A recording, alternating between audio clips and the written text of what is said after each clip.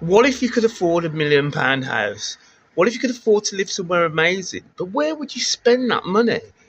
Some people have access to living in these kinds of properties, £1 million. But what would £1 million really kind of get you? Because in some places, £1 million doesn't get you a lot. You know, having equity in a property which affords you to buy a £1 million property might actually get you fuck all. This is what £1.3 million can get you close to Birmingham. I'm in the most expensive area, Sutton Coldfield. They've got acres of land in the houses, guys. And they've got driveways to even get to the house. What does everyone do for a living? Who needs Manchester when Birmingham has houses like this? They've got so many Porsches everywhere. Celebrities like James Bond actor Sir Roger Moore used to live here. And the Harry Potter twins as well. If anyone lives here, do you ever see any famous people? This looks like I'm not even in Birmingham. Where am I?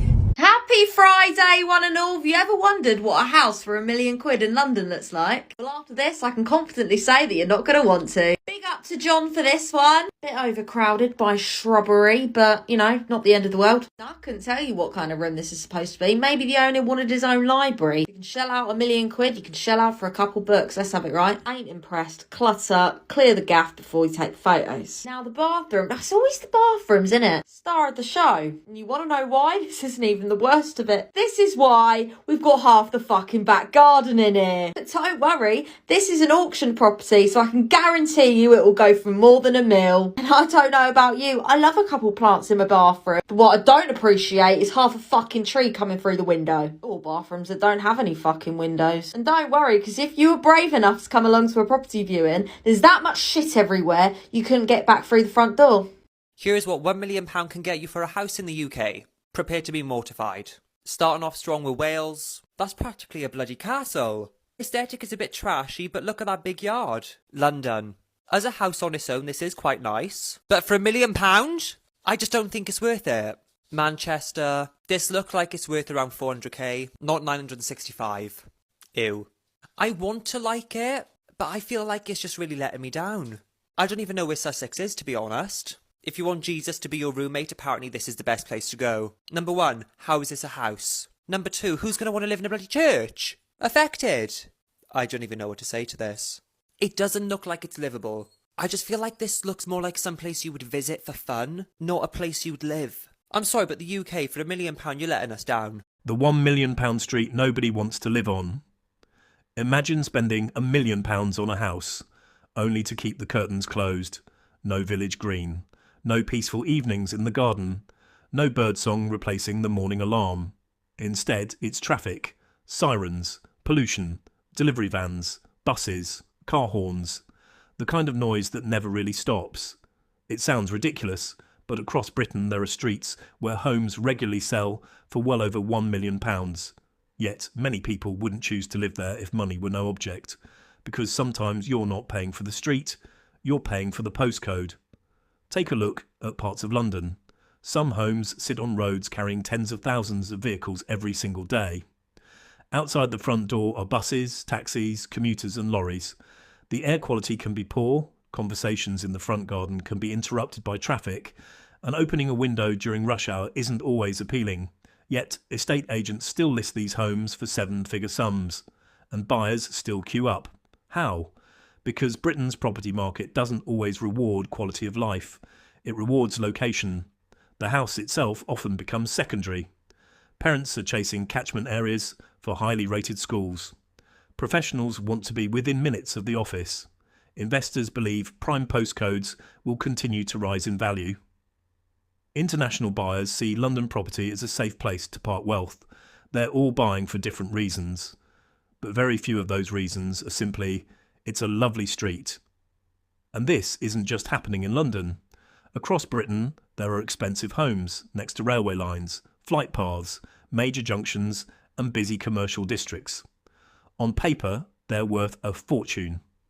In reality, many buyers would happily swap them for a quieter £400,000 house if they could keep the same schools, commute and future investment potential. That's what makes the housing market so fascinating. The value of a property has become increasingly disconnected from the experience of living in it. Think about that for a second. Imagine showing 2 houses to someone who has never visited Britain. The first is surrounded by trees, has fresh air, almost no traffic, and complete peace and quiet. The second sits beside 6 lanes of traffic with buses passing every few minutes. Then tell them the noisy house costs 3 times as much. Most people would assume you'd mix the prices up, but that's exactly how supply and demand can distort reality. There are only so many homes close to central London, only so many properties in prestigious postcodes, only so many houses within the catchment areas everyone wants. When demand keeps rising, but supply barely changes, buyers begin accepting compromises they never imagined. Noise, congestion, tiny gardens, limited parking, poor air quality, even a lack of privacy, because they believe the location will protect the property's value over time. And maybe that's the real story here. £1 million house doesn't automatically buy you £1 million lifestyle. Sometimes it simply buys you access. Access to better transport, better schools, better job opportunities, or simply the status that comes with a famous postcode.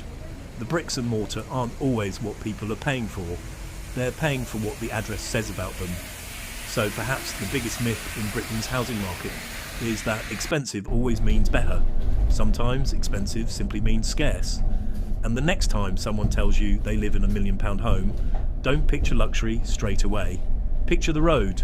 Picture the traffic, picture the compromises, then ask yourself one simple question. If that exact same house stood in an ordinary postcode, would it still be worth £1 million? Or is the most valuable part of the property the line that's written at the bottom of the address? While there's thousands of people that want to get onto the property ladder, there are plenty of people that can afford really, really decent properties. There's people that can afford properties for over £1 million or near to £1 million. But these £1 million houses are not always in the most desirable areas. Sometimes £1 million houses in the central London can be congested, full of rubbish, full of noise. Not exactly what you imagine for your £1 million. When you think about £1 million house, you think of a lot of space, you think of a lot of bedrooms. Well, in central London, you can get an apartment for £1 million, and that's certainly not good enough, is it? So what would you want? What would you want for your £1 million? For me personally, I want at least 6 bedrooms, a nice bit of land, a lovely garden, and a place to relax, a place that feels like solace, a place that feels like home. But you don't always get that with a £1 million house, do you? Sometimes you just live in a built-up area in central London, and for your £1 million, you don't get a lot.